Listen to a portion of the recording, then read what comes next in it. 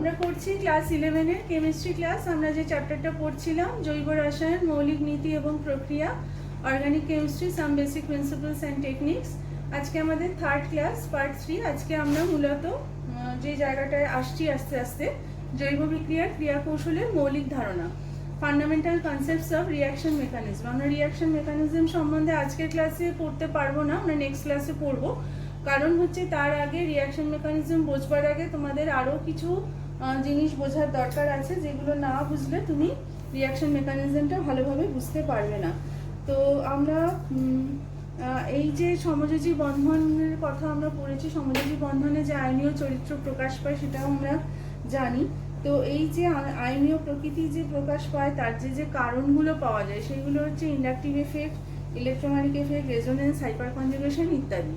তো আমাদের লক্ষ্য হচ্ছে আজকের ক্লাসের এই যে প্রভাবগুলো বা এফেক্টগুলো সম্বন্ধে আজকে আমাদের পড়া বা পরিচিত হওয়া, এফেক্টগুলো সম্বন্ধে ভালোভাবে বোঝা। এইটার ক্লাসটার পরে আমরা রিয়াকশন মেকানিজমে যেতে পারবো, রিয়াকশন মেকানিজম আমরা ভালোভাবে বুঝতে পারবো। তো আমি প্রথম যেটা দিয়ে শুরু করছি সেটা হচ্ছে ইন্ডাকটিভ এফেক্ট। তো আমি এটা আস্তে আস্তে তোমাদের বোঝাচ্ছি যে ইন্ডাকটিভ এফেক্ট ব্যাপারটা কি। দুটো নিম্ন মৌলের পরমাণু দিয়ে যখন একটা সমযোজী বন্ধন তৈরি হচ্ছে, এক বন্ধনে তাহলে কি থাকছে, ইলেকট্রন জোড় একটা থাকছে, পরমাণু দুটো দিয়ে সমানভাবে ব্যবহার হয়। আচ্ছা, এবারে তোমরা জানো যে যে পরমাণুটা তড়িৎ-ঋণাত্মকতা বা ইলেকট্রোনেগেটিভিটি বেশি, সেই ইলেকট্রন জোড়টা সেই পরমাণুর দিকেই বেশি সরে থাকে। এর ফলে কি হয়, বেশি তড়িৎ-ঋণাত্মক পরমাণুটা একটা আংশিক নেগেটিভ একটা তড়িৎ একটা পায়, তড়িৎগ্রস্ত হয়ে পড়ে, এবং ঋণাত্মক পরমাণুটি তড়িৎ যেটা কম তড়িৎ ঋণাত্মক সেইটা কিন্তু একটা আংশিক একটা পজিটিভ চার্জ পায়।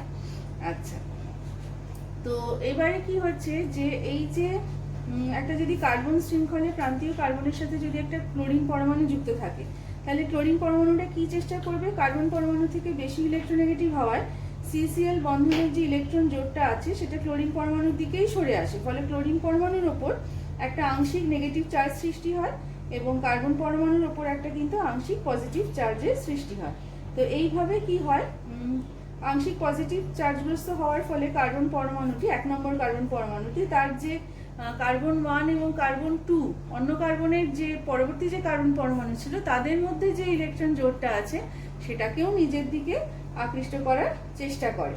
তো তাহলে কি হচ্ছে, আমরা কিভাবে এটাকে ইন্ডাকটিভ এফেক্টকে আমরা সংজ্ঞা দিতে পারি যে জৈব যৌগের অণুতে এক বন্ধনে আবদ্ধ কার্বন শৃঙ্খলে অন্য পরমাণু বা গ্রুপের উপস্থিতির জন্য পরমাণুর মধ্যে যে পরপর সমযোজী বন্ধনে উপস্থিত ইলেকট্রন জোড়ে যে স্থায়ী সরণ বা পার্মানেন্ট ডিসপ্লেসমেন্ট ঘটে তাকে আমরা আবেশ প্রভাব বা ইন্ডাকটিভ এফেক্ট বলে থাকি।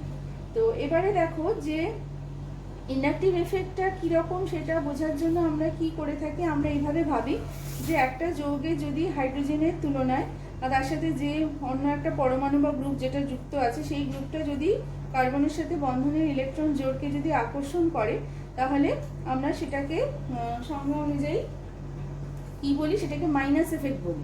আবার যদি একটা যৌগের মধ্যে এরকম হাইড্রোজেনের সাথে যে পরমাণুটা যুক্ত রয়েছে কার্বনের সঙ্গে, যে অন্য যে যৌগের পরমাণুটা বা গ্রুপটা যেটা যুক্ত রয়েছে সেটা যদি হাইড্রোজেনের তুলনায় সেই পরমাণু বা গ্রুপটা যদি সিজেড বন্ধনের ইলেকট্রন জোড়কে বিকর্ষণ করে, তাহলে এবং কার্বনের উপর যদি ইলেকট্রন ঘনত্ব বৃদ্ধি করতে পারে, তাহলে আমরা কি করি, সেটাকে প্লাস আই এফেক্ট বলে থাকি।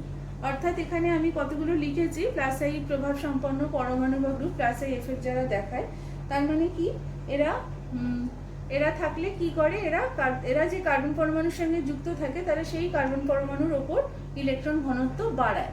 আর তাহলে মাইনাস আই প্রভাব সম্পন্ন পরমাণু বা গ্রুপ যাদের কথা আমি লিখেছি, তারা যে কার্বন পরমাণুর সঙ্গে যুক্ত থাকে তারা তাহলে উপস্থিত থাকলে সেই কার্বন পরমাণুর থেকে ইলেকট্রন ঘনত্ব কমায় বা ইলেকট্রনগুলোকে নিজের দিকে নেওয়ার চেষ্টা করে। এখানে তাদের একটা অর্ডারও লেখা রয়েছে, অর্থাৎ এখানে সবচেয়ে বেশি থেকে সবচেয়ে কমের দিকে লেখা রয়েছে NH minus greater than O minus CO minus CH3 whole 3 CH3 whole 2 CH ইত্যাদি। তো এখানেও তাই minus I NR3 plus SR2 plus NH3 plus এরকম হবে।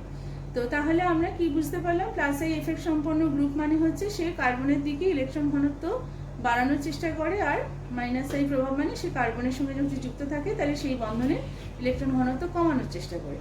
তো ইন্ডাকটিভ এফেক্টটা জানা থাকলে ইন্ডাকটিভ এফেক্টের জন্য কি হয়, জৈব অণুর ক্ষেত্রে তার বিভিন্ন ধর্মের ওপর ইন্ডাকটিভ এফেক্টে বিভিন্ন প্রভাব দেখা গেছে। তো ইন্ডাকটিভ এফেক্টটা জানা থাকলে আমরা কি করতে পারি, বিভিন্ন এরকম যৌগের যে ধর্মের যে পরিবর্তন সেটা আমরা ব্যাখ্যা করতে পারি। মনোকার্বক্সিলিক অ্যাসিডের তীব্রতা, এরকম কতগুলো ধর্ম আমি তোমাদের এখন ব্যাখ্যা করব, তাহলে তোমাদের ইফেক্টের সম্বন্ধে ধারণাটা পরিষ্কার হবে। Strong acidity of মনোকার্বক্সিলিক acid. তো দেখো এখানে আমি অ্যাসিটিক অ্যাসিডের সংকেতটা লিখেছি CH3COH। এখানে অ্যাসিটিক অ্যাসিডের CH3 গ্রুপটা হচ্ছে প্লাস আই এফেক্ট। তাহলে কি হচ্ছে, CH3 গ্রুপের প্লাস আই প্রভাবের ফলে COH গ্রুপের OH বন্ধনের এখানে দেখো অক্সিজেনের ওপর তাহলে ইলেকট্রন ঘনত্ব বৃদ্ধি পায়, কারণ CH3 কি করছে, ইলেকট্রন কি করছে, পুশ করছে, ইলেকট্রন ডোনেট করছে, electron donating group, electron withdrawing নয়। তার ফলে কি হচ্ছে, OH বন্ধনের যে ইলেকট্রন জোড়টা কম পরিমাণে অক্সিজেনের দিকে সরে, তার ফলে কি হচ্ছে, এবং OH বন্ধনটা অনেক বেশি শক্তিশালী হয়। এই শক্তিশালী বন্ধনটা কিন্তু তখন সহজে বিয়োজিত হয়ে আর হাইড্রোজেন আয়ন উৎপন্ন করতে পারে না। ফলে অ্যাসিটিক অ্যাসিড খুব মৃদু প্রকৃতির অ্যাসিড, যেমন পিকে ভ্যালুটা এখানে লেখা রয়েছে 4.76। আচ্ছা, কিন্তু ক্লোরো অ্যাসিটিক অ্যাসিড, সঙ্গে সঙ্গে আমি আরেকটা উদাহরণ রেখেছি এখানে, ক্লোরো অ্যাসিটিক অ্যাসিড, যেখানে ক্লোরিনটা ইলেকট্রোনেগেটিভ হওয়ার দরুন ক্লোরিন হচ্ছে মাইনাস আই এফেক্ট দেখায়, ফলে এই CCl বন্ধনের ইলেকট্রন কিন্তু ক্লোরিনের দিকেই সরে থাকে। ফলে এই যে অক্সিজেন বা এই কার্বন বা এইখানে যে পরপর বন্ধনের যে ইলেকট্রন জোড়গুলো আছে, তাদের এই ক্লোরিন যেদিকে আছে সেই দিকেই একটা সরে থাকার প্রবণতা আছে।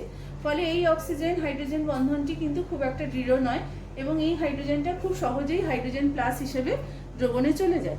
অর্থাৎ কি দাঁড়ালো, ক্লোরো অ্যাসিটিক অ্যাসিডটা কিন্তু অ্যাসিটিক অ্যাসিডের থেকে অনেক বেশি শক্তিশালী অ্যাসিড। সেটা কিন্তু এই পিকে ভ্যালুটা দেখেও বোঝা যাচ্ছে। পিকে ভ্যালু যত কম হয় সেই অ্যাসিড তত বেশি শক্তিশালী হয়। আচ্ছা, আমরা জানি হ্যালোজেন পরমাণুগুলোর মধ্যে ফ্লোরিন পরমাণুর মাইনাস আই এফেক্ট সবচেয়ে বেশি আর আয়োডিনের সবচেয়ে কম।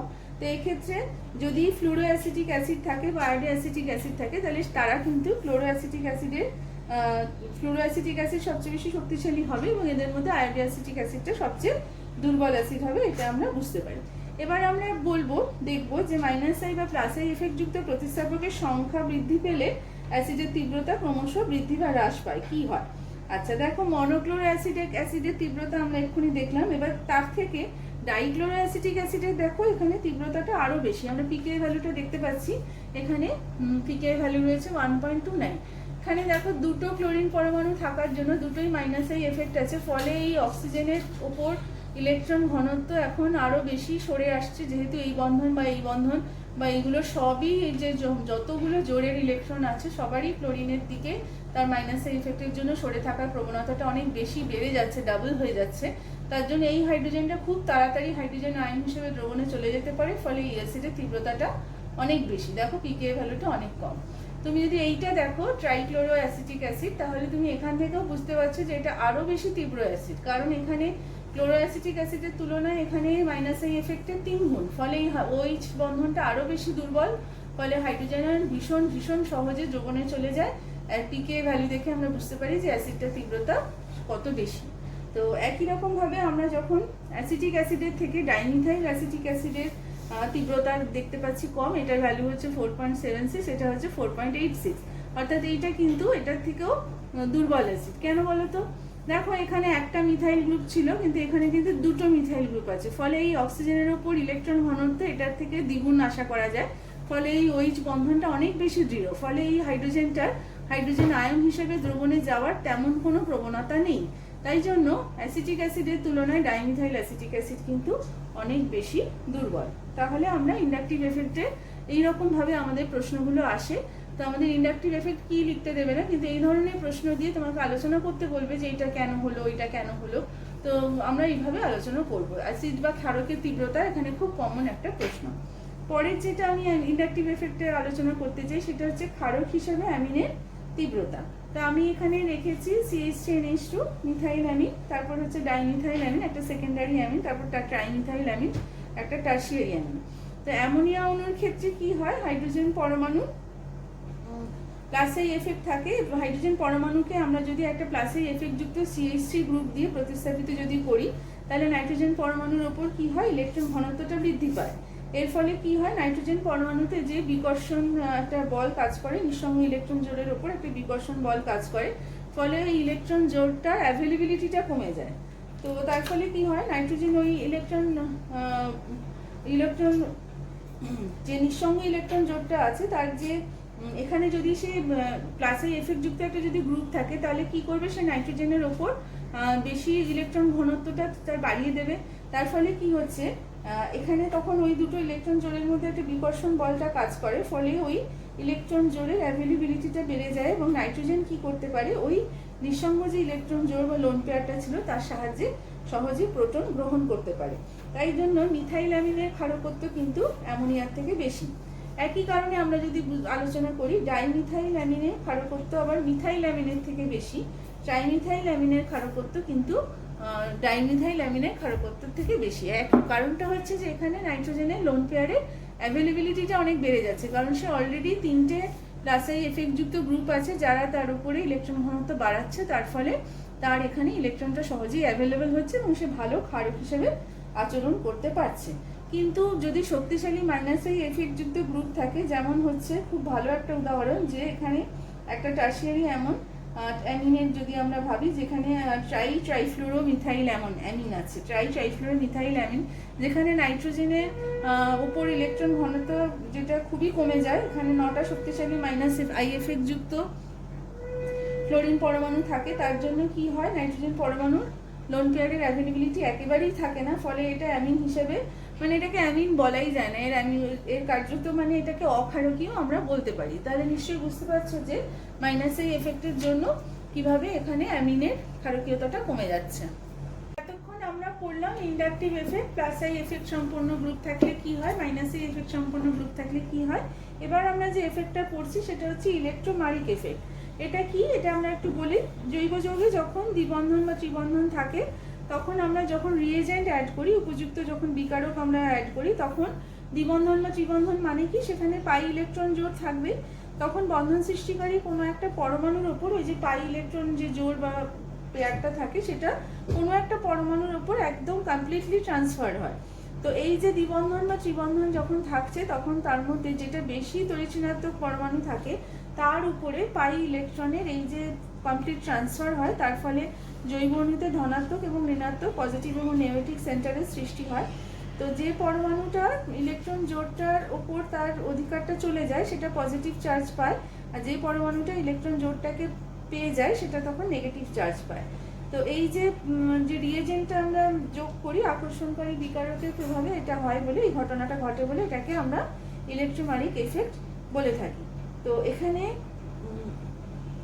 ইলেকট্রনের যে এরকম স্থানান্তর ঘটে, সেটা কিন্তু টেম্পোরারি, কারণ বিকারক বা রিয়েজেন্টটাকে সরিয়ে নিলে পাই ইলেকট্রন জোড়টা কিন্তু আবার আগের অবস্থায় ফিরে আসে। তীর চিহ্ন দিয়ে আমরা ইলেকট্রনের স্থানান্তরটা কোথায় হয়েছে সেটা আমরা বুঝিয়ে থাকি। তাহলে কি হলো, উপযুক্ত বিকারকের উপস্থিতিতে এবং বিক্রিয়ার প্রয়োজনে দ্বিবন্ধন বা ত্রিবন্ধনের পাই ইলেকট্রন জোড়টা বন্ধন সৃষ্টিকারী একটি পরমাণুর ওপর যে সাময়িকভাবে স্থানান্তর, টেম্পোরারি যে একটা ট্রান্সফার হয়, সেইটাকে আমরা বলে থাকি ইলেকট্রোম্যাটিক এফেক্ট। যেটা এখানে একটা জেনারেল একটা এক্সাম্পল দেওয়া হয়েছে, তারপরে একটা নির্দিষ্ট এক্সাম্পল দেওয়া হয়েছে, যে বি যেটা দ্বিবন্ধন দিয়ে আবদ্ধ আছে, বিকারকের উপস্থিতিতে এ থেকে বি এর দিকে যদি পাই ইলেকট্রনের স্থানান্তর ঘটে, তাহলে এটা ধনাত্মক আধানযুক্ত হচ্ছে, বিটা ঋণাত্মক আধানযুক্ত হয়ে পড়ছে। আচ্ছা, তারপরে দেখো আমরা আরেকটা উদাহরণ নিয়েছি, যে এখানে C11C, এখানে H+ এর উপস্থিতিতে এইখানে ধনাত্মক আধান সৃষ্টি হচ্ছে, আর এই সিটাতে ঋণাত্মক আধান সৃষ্টি হচ্ছে।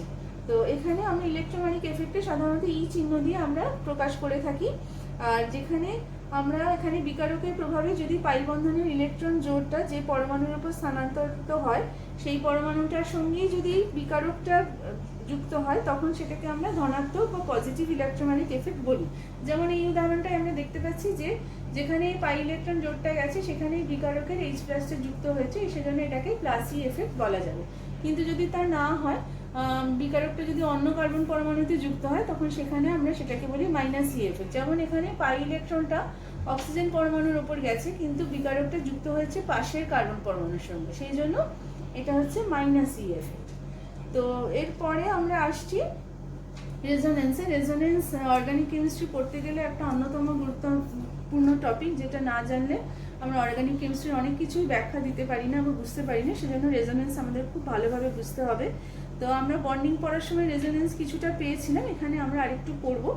তো রেজোনেন্স আমরা শুনেছি এর আগে, বন্ডিং চ্যাপ্টার পড়াতে গিয়েও আমি বলেছি যে কোনো অণু বা আয়নের পরমাণু সমূহে তাদের যদি অবস্থানটা ইনট্যাক্ট রেখে, অপরিবর্তিত রেখে আমরা যদি যোজ্যতা ইলেকট্রনগুলোর কি করি, রিঅ্যারেঞ্জমেন্ট হয়, পুনর্বিন্যাসের মাধ্যমে তারা একাধিক গঠন তৈরি করতে পারে এবং প্রত্যেকটা গঠনই তাদের এমনভাবে গঠনগুলো তৈরি করে যাতে প্রত্যেকটা গঠনই তাদের কোনো না কোনো ধর্মে ব্যাখ্যা দিতে সক্ষম হয়। কিন্তু আবার এটাও মনে রাখা দরকার যে কোনো একটা গঠন দিয়ে কিন্তু তুমি ওই অণুটার সমস্ত ধর্মের ব্যাখ্যা দিতে পারবে না, সম্ভব নয় সেটা।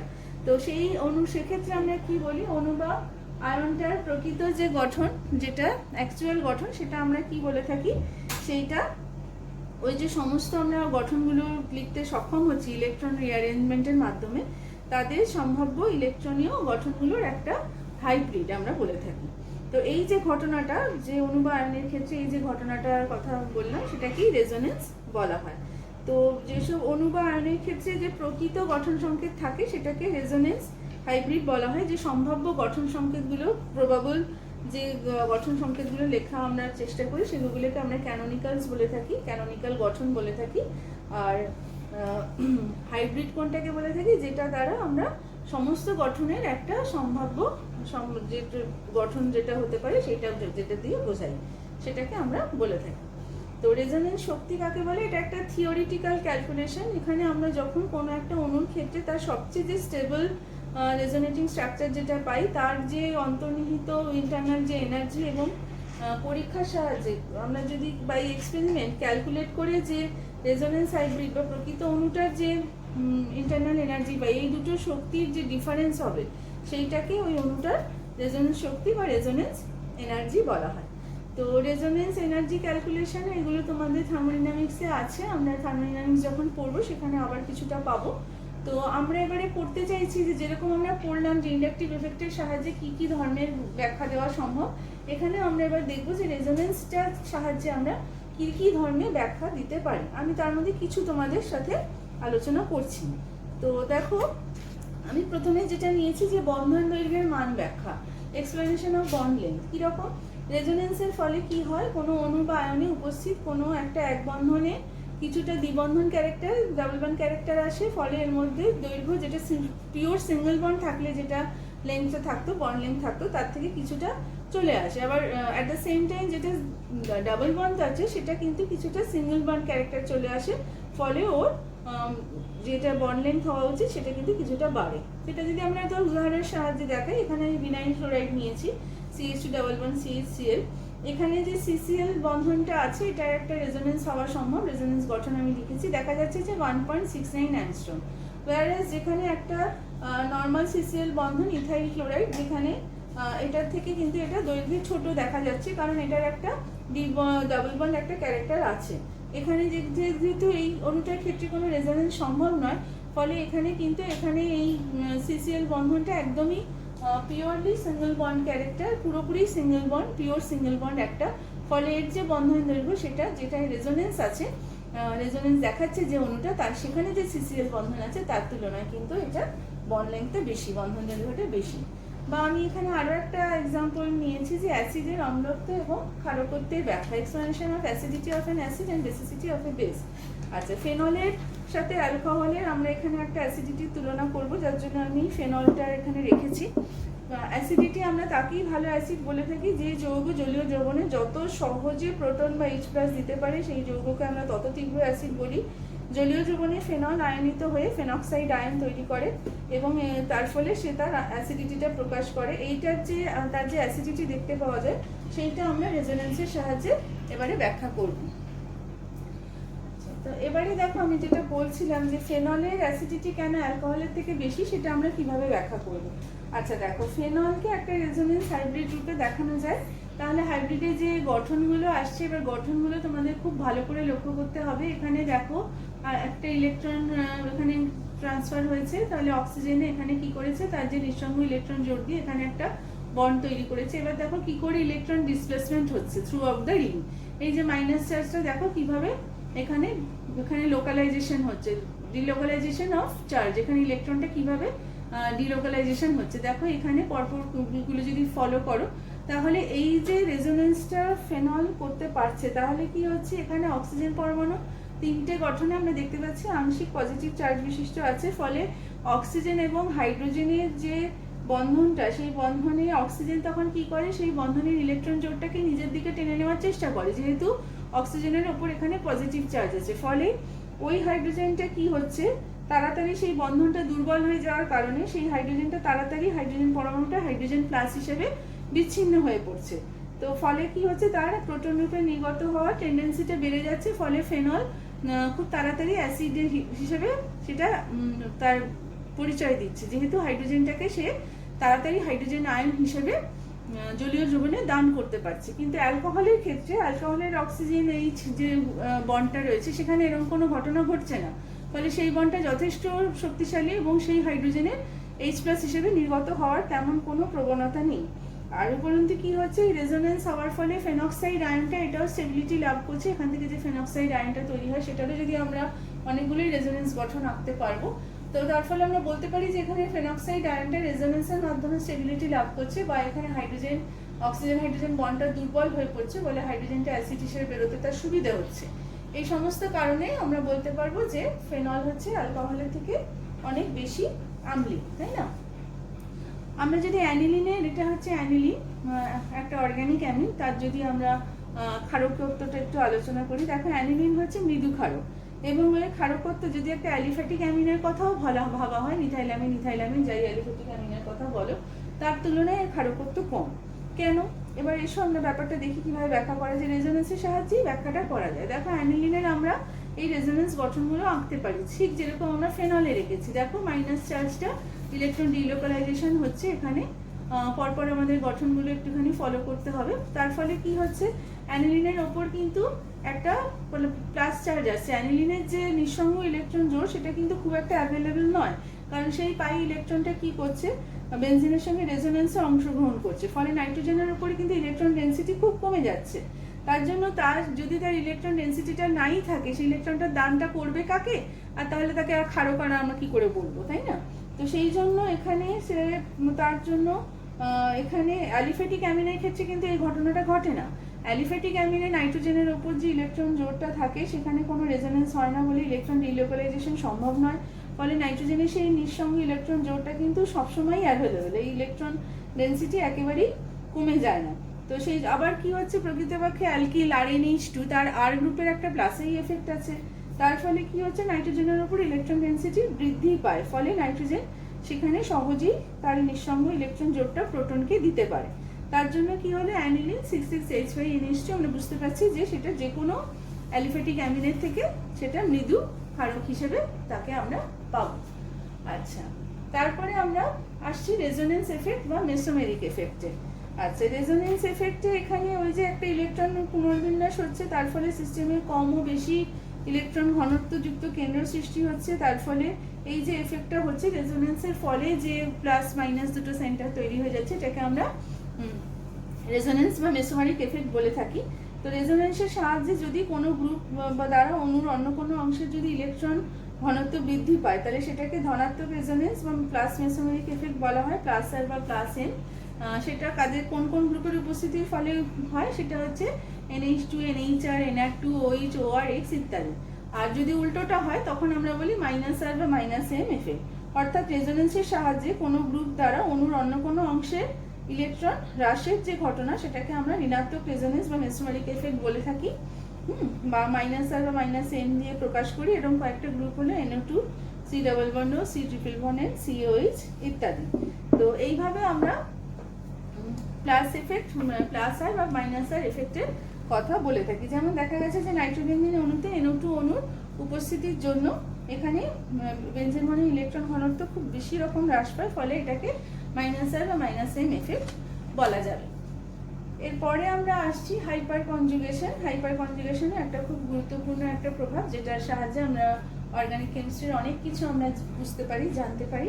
হাইপার কনজুগেশনে কি হয়, যখন একটা জৈব যৌগে একটা অ্যালকিল গ্রুপ আছে, যা সেটা প্রত্যক্ষভাবে একটা দ্বিবন্ধন বা ত্রিবন্ধন বা C ডাবল বন্ড বা C ট্রিপল বন্ড N এর সাথে যুক্ত থাকে, তখন এই যে পাই অরবিটালটা যেখানে আছে এবং তার পাশে যে CH সিগমা বন্ধনটা আছে, তার ফলে কি হয়, তার তো একটা অভিলেপন বা ওভারল্যাপিং হয়। ফলে সিগমা বন্ধনের ইলেকট্রন জোড়টা পাই ইলেকট্রন জোড়ের সাথে ইলেকট্রনের যে রিঅ্যারেঞ্জমেন্ট হয়, সেখানে পার্টিসিপেট করে এবং এক ধরনের একটা রেজোনেন্স আর একটা বিশেষ ধরনের রেজোনেন্স, এক্ষুনি রেজোনেন্সটাকে আমরা যেরকম দেখে এলাম ঠিক সেরকম বলা যাবে না, একটু স্পেশাল কাইন্ড অফ রেজোনেন্স। এই যে প্রক্রিয়ায় তখন যৌগটা একটা স্থায়িত্ব লাভ করার চেষ্টা করে, তখন এখানে তার মানে কি হচ্ছে, দ্বিবন্ধন বা ত্রিবন্ধনের সঙ্গে পাশের যে কার্বন, যেটাকে আমরা আলফা কার্বন বলে থাকি, এবং তার সঙ্গে যে হাইড্রোজেন থাকে, সেই আলফা হাইড্রোজেনের যে রেজোনেন্স প্রক্রিয়া, বিশাল স্পেশাল যে রেজোনেন্স, সেইটাকে আমরা বলে থাকি হাইপার কনজুগেশন। এটা একটা খুব স্থায়ী এফেক্ট। তো এখানে অ্যালকিল গ্রুপটা ইলেকট্রন দাতা হিসেবে কাজ করে। আলফা হাইড্রোজেন পরমাণু সংখ্যা যত বেশি হয় তত দেখা যায় যে গ্রুপটা তত বেশি হাইপার কনজুগেশনের দ্বারা সে তত বেশি স্থায়িত্ব লাভ করে। তো এখানে আমি একটা উদাহরণ রেখেছি প্রোপিনের হাইপার কনজুগেশন কি করে হয় সেটা বোঝানোর জন্য। তো এখানে প্রোপিনের এই দ্বিবন্ধনের সঙ্গে যে CH3 গ্রুপটা আছে তার প্রত্যেকটা হাইড্রোজেন কিভাবে একটা তারা স্পেশাল রেজোনেন্স সৃষ্টি করছে সেটা আমি এখানে দেখিয়েছি। এখানে এই গ্রুপটা, এখানে বন্ধনটা, এখানে পাই ইলেকট্রনটা স্থানান্তর হচ্ছে, ফলে এখানে একটা সিঙ্গেল বন্ড হচ্ছে। এখানে যে পজিটিভ সেন্টারটা হচ্ছে, এই হাইড্রোজেন তার ইলেকট্রনটা এই কার্বনকে দিয়ে দেওয়ার ফলে এখানে ডাবল বন্ডটা তৈরি হচ্ছে, এই হাইড্রোজেনটা হাইড্রোজেন প্লাস হিসেবে রয়ে যাচ্ছে। তাহলে এটা মোট 3 বার হওয়া সম্ভব, যেহেতু এখানে আলফা হাইড্রোজেনের সংখ্যা হচ্ছে 3, তো সেটাই এখানে দেখানো হয়েছে। তো এইটা একটা স্পেশাল টাইপ অফ রেজোনেন্স, এবং এই 3টে আলফা হাইড্রোজেনের উপস্থিতির ফলে এটা হাইপার কনজুগেশন করতে পারলো এবং তার ফলে সে একটা স্পেশাল স্টেবিলিটি লাভ করলো। তো এইভাবে আমরা এবারে দেখবো যে হাইপার কনজুগেশন দিয়ে কতগুলো কিভাবে বিভিন্ন আমরা অণু বা আয়নের স্টেবিলিটি ব্যাখ্যা করতে পারি। এবারে আমরা আলোচনা করব যে হাইপার কনজুগেশনের সাহায্যে আমরা কি কি ধর্মের আলোচনা করতে পারি, কি কি ধর্মের ব্যাখ্যা দিতে পারি। দেখো, আমরা স্টেবিলিটি অফ কার্বোক্যাটায়নের স্থায়িত্ব আলোচনা করছি। তো এখানে আমরা ইথাইল কার্বোক্যাটায়ন লিখেছি, আইসোপ্রোপাইল কার্বোক্যাটায়ন এবং টার্ট বিউটাইল কার্বোক্যাটায়ন, 3টে কার্বোক্যাটায়ন লিখেছি। এর মধ্যে দেখা যায় যে যত আলফা হাইড্রোজেন পরমাণুর সংখ্যা বাড়ে তত সেই কার্বোক্যাটায়নের স্থায়িত্ব বাড়তে থাকে। তো দেখো, এখানে 3টে আলফা হাইড্রোজেন আছে, এখানে 6টা আলফা হাইড্রোজেন এবং এখানে 9টা আলফা হাইড্রোজেন আছে। এবারে দেখো, যত আলফা হাইড্রোজেনের সংখ্যা বাড়ছে তার মানে কি হচ্ছে, তার হাইপার কনজুগেশনের প্রবাবিলিটি তত বাড়ছে, তত সেই অণু বা আয়নটা তত বেশি স্টেবল হচ্ছে, তাই না? তো সেই জন্য আলফা হাইড্রোজেনের যত বাড়বে তার হাইপার কনজুগেশনের মাধ্যমে সেই আয়ন তত বেশি স্টেবিলিটি লাভ করবে, ফলে এখানে এদিক থেকে এদিকে স্টেবিলিটি ক্রমশ বাড়তে থাকে। তো মুক্তমূলকের স্থায়িত্ব বা স্টেবিলিটি অফ ফ্রি র্যাডিক্যাল। তো হাইপার কনজুগেশনের ফলে এখানে যে বিজোড় ইলেকট্রনটা থাকে তার একটা ডিলোকালাইজেশন ঘটে, ফলে স্থায়িত্বটা বাড়ে। এখানেও একই কথা, যত বেশি আলফা হাইড্রোজেন উপস্থিত থাকবে তত মুক্তমূলকের, এটাকে আমরা হাইপার কনজুগেশনকে বন্ধনবিহীন রেজোনেন্সও বলে থাকি। তো এই বন্ধনবিহীন রেজোনেন্স বা ইলেকট্রন ডিলোকালাইজেশনের যে পরিমাণটা সেটা তত বেশি বাড়তে থাকবে এবং হাইপার কনজুগেশন জনিত স্থিতিশীলতা তত বাড়তে থাকবে। সুতরাং আন্দাজ করা যায়, যেমন এখানে প্রথম যে ফ্রি র্যাডিক্যালটা নেওয়া হয়েছে সেখানে 3টে আলফা হাইড্রোজেন আছে, এটায় 6টা আলফা হাইড্রোজেন, এটায় 9টা আলফা হাইড্রোজেন। তাহলে যত বেশি আলফা হাইড্রোজেনের সংখ্যা বাড়ছে তত কিন্তু স্টেবিলিটিটাও বাড়ছে, তার মানে ফ্রি র্যাডিক্যাল এগুলো এখান থেকে এদিকে আস্তে আস্তে কিন্তু স্টেবিলিটিটা বাড়ছে। আমরা হাইপার কনজুগেশনের সাহায্যে বন্ধন দৈর্ঘ্য ব্যাখ্যা করতে পারি। আচ্ছা, যেরকম প্রোপিনের যে সিসি বন্ধন দৈর্ঘ্য, যেটা আমরা এক্ষুনি প্রোপিনের হাইপার কনজুগেশনটা একটু আগে দেখে এলাম 1.488 অ্যাংস্ট্রম, ইথেনের যে নর্মাল সিসি বন্ধন দৈর্ঘ্য তার থেকে বেশ কম। ইথেনের ক্ষেত্রে সিসি বন্ধন দৈর্ঘ্য হচ্ছে 1.54 অ্যাংস্ট্রম। কারণটা কি? কারণটা হচ্ছে যে প্রোপিনের আবার C++C যে বন্ধন দৈর্ঘ্য সেটা হচ্ছে 1.353, যেটা ইথিলিনের C++C বন্ধন দৈর্ঘ্যের থেকে বেশি। আচ্ছা, হাইপার কনজুগেশনের ফলে কি হচ্ছে, প্রোপিন অণুর ক্ষেত্রে কার্বন কার্বন যে সিঙ্গেল বন্ড সেটা কিছুটা ডাবল বন্ড ক্যারেক্টার পেয়ে যায় এবং কার্বন কার্বন ডাবল বন্ড যেটা আছে সেটা কিছুটা সিঙ্গেল বন্ড ক্যারেক্টার পেয়ে যায়, যেটা আমরা হাইপার কনজুগেশনটা একটু আগে দেখিয়েছি, সেখানে আমরা জিনিসটা দেখতে পেয়েছি। তার ফলে কি হচ্ছে, সিসি এবং C++C এই যে বন্ড লেন্থগুলো ইথেনের সিঙ্গেল বন্ড এবং থেকে ছোট এবং ইথিলিনের C++C বন্ধনের যে লেন্থ, বন্ড যে লেন্থ তার থেকে বড় হয়। তো নেক্সট যেটা আমরা এক্সপ্লেন করতে চাইছি সেটা হচ্ছে যে স্থানাভাবজনিত বাধা বা পীড়ন, স্টেরিক হেন্ড্রান্স বা স্টেরিক স্ট্রেন। তো এখানে আমরা দেখতে পাচ্ছি যে এখানে সিস বিউটিন লেখা হয়েছে বা ট্রান্স 2 বিউটিন লেখা হয়েছে। কোনো পরমাণুতে যদি এরকম হয় যে দুটো গ্রুপ তাদের যে অবস্থানের জন্য যে মিনিমাম যে স্পেস দরকার হয় তার থেকে যদি কম স্পেস সে পায়, তাহলে তাদের মধ্যে একটা রিপালসিভ একটা ইন্টারাকশন হয়, যেটাকে আমরা স্টেরিক স্ট্রেন বলে থাকি। তো তো এখানে আমরা দেখতে পাচ্ছি যে এখানে যে CH3 গ্রুপ দুটো এখানে দ্বিবন্ধনে একই দিকে অবস্থান করায় এখানে একটা স্টেরিক হিন্ড্রান্স বা স্থানাভাব জনিত বাধা সৃষ্টি হয়েছে, যেটা ট্রান্স টু বিউটেনে CH3 গ্রুপ দুটো পরস্পরের বিপরীত দিকে থাকায় একেবারেই সেটা হয় না। তো তার ফলে কি হচ্ছে, সিস টু বিউটেনের স্টেবিলিটিটা অনেক কম, এখানে স্টেরিক হিন্ড্রান্সের ফলে তার স্টেবিলিটি অনেক কম, তার ফলে তার অ্যাক্টিভিটি বেশি। তো এই যে স্টেরিক স্ট্রেনের ফলে কি হচ্ছে যে এখানে কখনো কখনো রেজোনেন্স বা তার যে ডিলোকালাইজেশন, ইলেকট্রন ডিলোকালাইজেশনটা হতে পারে না, হওয়া সম্ভব হয় না। সেই জন্য তখন কোনো যৌগের অ্যাক্টিভিটি নির্ণয়ের জন্য আমরা স্টেরিক হিন্ড্রেন্স বা স্টেরিক স্ট্রেনের যে গুরুত্বপূর্ণ ভূমিকা সেটা বুঝতে পারি, যেটা এই যৌগটার ক্ষেত্রে হয়েছে। এখানে হাইপার কনজুগেশন অতটা এফেক্টিভ নয় এই স্টেরিক স্ট্রেনটা এখানে উপস্থিত আছে বলে, ফলে এর স্টেবিলিটি অনেকটাই কমে যায়। আচ্ছা, তো আজকের ক্লাসে আমরা যা যা পড়লাম আমি এবারে তোমাদের তার থেকে কিছু কিছু প্রশ্ন এখানে রেখেছি, যেগুলো আমরা পড়েছি তার উপরেই প্রশ্নগুলো, এগুলো এইচএসে এসেছে, 11-এর অ্যানুয়ালের কোয়েশ্চেন আছে এখানে বেশ কিছু। তো সেগুলো আলোচনা করলে তোমরা এটা বুঝতে পারবে যে আমাদের প্রশ্নের উত্তরগুলো কিভাবে দেওয়া উচিত। যেমন প্রথম প্রশ্ন হচ্ছে, নিচে কোন কার্বোক্যাটায়নটি সর্বাধিক সুস্থিত বা সবচেয়ে বেশি স্টেবল? তো CH3 CH2 CH2 plus, CH2 double bond CH CH2 plus, C6H5 CH2 plus, CH3 whole 3 C plus. তো এখানে আমরা বুঝতেই পারছি যে হাইপার কনজুগেশন এক্ষুনি আমরা পড়ছিলাম। দেখো এখানে আলফা হাইড্রোজেনের সংখ্যা সবচেয়ে বেশি, ফলে বোঝাই যাচ্ছে যে এখানে হাইপার কনজুগেশন সবচেয়ে ভালো হতে পারবে এখানে, তার জন্য এই কার্বোক্যাটায়নটা সবচেয়ে বেশি সুস্থিত হবে। তো এখানে নিম্নলিখিত যৌগগুলির ক্ষারকীয়তার প্রভাব ক্রম ব্যাখ্যা করতে বলেছে। তো দেখো এখানে আমি ক্রমটা লিখেছি, CH3 CH2 CN greater than CH3 CH double bond NH, CH3 CH2 NH2 সবচেয়ে ভালো। এখানে দেখো এটা সেই প্লাস আই এফেক্টের ব্যাপার চলে আসছে, এখানে প্লাস আই এফেক্টে ইথাইল গ্রুপের উপস্থিতির জন্য সবচেয়ে বেশি, যেটা এখানে প্লাস আই এফেক্টটা নেই, ফলে এখানে এই নাইট্রোজেনের ওপর লোন পেয়ারের অ্যাভেলেবিলিটি সবচেয়ে বেশি, ফলে এ সবচেয়ে ভালো ক্ষারক হিসেবে কাজ করবে, তাই না? তারপর বলেছে C8H8 আণবিক সংকেত বিশিষ্ট একটি যৌগ একটি মাত্র মনোব্রম জাতক উৎপন্ন করে, যৌগটির গঠন অঙ্কন করো। তো এক্ষেত্রে দেখো, তো এখানে আমাদের এখানে এইটার গঠনটা আঁকতে বলেছে, গঠনটা কি হওয়া উচিত। এবার বলে দিয়েছে যে যে যৌগটা একটা মাত্র মনোব্রম ডেরিভেটিভ তৈরি করতে পারে, তার মানে আমরা বুঝতে পারছি যে সমস্ত হাইড্রোজেন পরমাণু এখানে উপস্থিত আছে তারা সব ইকুইভ্যালেন্ট, সমতুল্য। তার জন্য আমরা আন্দাজ করতে পারি যে যৌগটা হবে এইটা 2233 টেট্রামিথাইল বিউটেন, তাই না? প্রদত্ত যৌগগুলির মধ্যে কোনটি তীব্র অম্ল বা সবচেয়ে বেশি অ্যাসিডিক? C2H2 C6H6 C2H6 এবং CH3OH।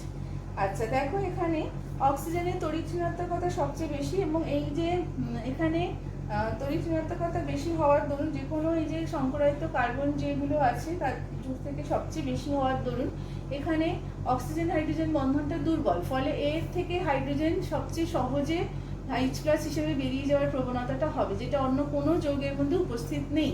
ফলে আমরা বলতে পারি যে এই যৌগগুলোর সাথে কম্পেয়ার করলে CH3OH হচ্ছে সবচেয়ে বেশি অ্যাসিড। বা তার পরবর্তী প্রশ্নটা, অ্যাসিটিক অ্যাসিড ও ফর্মিক অ্যাসিডের মধ্যে কোনটি বেশি আম্লিক ও কেন? তো দেখো অ্যাসিটিক অ্যাসিড যখন হাইড্রোজেন দান করছে তার যে অ্যানায়নটা সৃষ্টি হচ্ছে সেইটা কিন্তু এখানে একটা প্লাস আই এফেক্টালের গ্রুপ আছে, ফলে কিন্তু এটা অ্যানায়ন হিসেবে এটা খুব বেশি স্টেবিলিটি পাবে না, কারণ এখানে অ্যানায়ন গঠন করা তার প্রবণতাটা কম, যেহেতু এখানে একটা প্লাস আই এফেক্ট আছে, অক্সিজেন পরমাণুর উপর ইলেকট্রন ঘনত্ব খুব একটা কম নয়। কিন্তু যেটা ফর্মেট আয়নের ওপরে সেটা উপস্থিত নেই, ফর্মেট আয়ন এখানে কনজুগেট বেসের স্থিতিশীলতাটা এখানে যত বেশি হয় অ্যাসিড হিসেবে সেটা তত বেশি ভালো অ্যাসিড কাজ করে। তো এখানে আমরা দেখতে পাচ্ছি যে অ্যাসিটেট আয়নের যে স্থিতিশীলতা বা স্টেবিলিটি সেটা কিন্তু ফর্মেট আয়নের থেকে অনেক কম।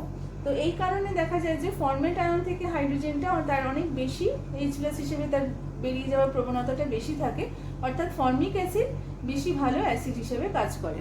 নিচের যৌগগুলোর IUPAC নাম লিখতে বলা হয়েছে, OH CH2 CHOH CH2OH, এগুলো আমরা আগের ক্লাসে শিখেছি। Propane 1,2,3 ট্রাইঅল, CH3CCl2 CH2COH 3,3 dichloro butanoic acid, আগের ক্লাসে আমরা শিখেছি, সেজন্য আমি এখানে আর ব্যাখ্যা করছি না। CH3CO CH3 CHCl COCH3 3 dichloro hexane 2,5 Dion, দুটো এখানে কিটোন গ্রুপ আছে।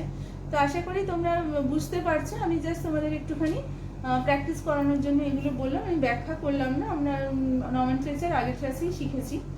তারপরের প্রশ্ন, কোন ধরনের দ্বারা CH3 হোলসি C+ আয়নের স্থায়িত্ব ব্যাখ্যা করা যায়? এটা আমরা এক্ষুনি পড়েছি, হাইপার কনজুগেশন, তো সেই হিসেবে ব্যাখ্যাটা করা যাবে। নিচের যৌগগুলির গঠন আঁকো। হেক্স 1 4 আয়ন, এখানে আমরা প্রথমেই 6টা কার্বন বসিয়ে নেব। 1 মানে 1 নম্বরে দুটো দ্বিবন্ধন বসাবো, 4 আয়ন বলেছে 4 নম্বরে ত্রিবন্ধন বসাবো, বাকি রেস্ট যা পড়ে থাকলো বন্ডগুলো সেগুলো আমরা হাইড্রোজেন দিয়ে ফিল আপ করে দেবো। 5 অ্যামিনো পেন্ট 3 ইনোইক অ্যাসিড, 5টা কার্বন বসিয়ে নেব। অ্যাসিড আছে 1 নম্বরে COH বসাবো, তারপরে 3 নম্বরে ইন আছে, এটা বসিয়ে দেবো, 5 নম্বরে অ্যামিনো গ্রুপ বসিয়ে দেবো। এইভাবে আমরা এটার সাথে মিলিয়ে মিলিয়ে গঠনটা এঁকে ফেলবো। মূলকগুলিকে -i প্রভাবের ঊর্ধ্বক্রমে সাজাও, I, Br, ClF। বুঝতেই পারছো ফ্লোরিন সবচেয়ে বেশি নেগেটিভ ইন্ডাকটিভ এফেক্ট দেখায়, তার আয়োডিন সবচেয়ে কম। আচ্ছা, CH3 হোলসি C+, CH3 CH2 অপেক্ষা বেশি স্থায়ী কেন? একই প্রশ্ন, হাইপার কনজুগেশনের জন্য। নিচের যৌগ দুটিতে ইলেকট্রোফিলিক কেন্দ্রটি চিহ্নিত করো। আচ্ছা, ইলেকট্রোফিলিক কেন্দ্র মানে হচ্ছে যে যেখানে যার ইলেকট্রন গ্রহণের প্রবণতা আছে, এখানে C double bond CH3 C double বন্ডও আছে, তো এখানে অক্সিজেনের দিকে ইলেকট্রনের ঘনত্ব বেশি সরে থাকে, ফলে এখানে ইলেকট্রোফিলিক কেন্দ্র হচ্ছে C। একই কারণে এখানে নাইট্রোজেনের সাথে যে কার্বনটি যুক্ত আছে সেটা হচ্ছে ইলেকট্রোফিলিক কেন্দ্র। CH3CN নিউক্লিওফাইল এবং ইলেকট্রোফাইল উভয় রূপেই আচরণ করতে পারে কেন? তো এই যৌগে আমরা দেখতে পাচ্ছি নাইট্রোজেন পরমাণুর একটা নিঃসঙ্গ ইলেকট্রন জোড় আছে, ফলে ইলেকট্রন ডোনার হিসেবে কাজ করতে পারে, ফলে অর্থাৎ নিউক্লিওফাইল হিসেবে কাজ করতে পারে। অন্যদিকে কার্বনের থেকে নাইট্রোজেনের ইলেকট্রোনেগেটিভিটি অনেক বেশি, কার্বন নাইট্রোজেন বন্ডটা এখানে যথেষ্ট আয়নিক। মিথাইল সায়ানাইডের কিছুটা রেজোনেন্সও সম্ভব। এবার সায়ানো গ্রুপের যে কার্বনটা তার মানে পাওয়া যাচ্ছে, সেইটাকে আমরা ইলেকট্রোফিলিক সেন্টার হিসেবে ধরতে পারি। তাহলে কি হচ্ছে, নাইট্রোজেনের উপস্থিতির জন্য এটা নিউক্লিওফাইল এবং কার্বনের উপস্থিতির জন্য এটা ইলেকট্রোফাইল হিসেবেও কাজ করতে পারে। তো নেক্সট ক্লাসে আমরা ফিরে আসব আমাদের রিয়াকশন মেকানিজম নিয়ে। রিয়াকশন মেকানিজম আমরা পড়ব, তার আগে আমাদের এই কনসেপ্টটা খুব জরুরি। আজকে যেগুলো পড়ানো হলো সেই কনসেপ্টগুলো, অর্থাৎ resonance, hyper conjugation, inductive effect, electromagnetic effect, এইগুলোর সম্বন্ধে আমাদের কনসেপ্টটা ক্লিয়ার থাকলে আমাদের রিয়াকশন মেকানিজম বুঝতে আরও সুবিধা হবে। আশা করি তোমরা এগুলো পড়ে নেবে, তাহলে তোমাদের পরের ক্লাসটা করতে অনেক বেশি সুবিধা হবে। সবাইকে অনেক ধন্যবাদ।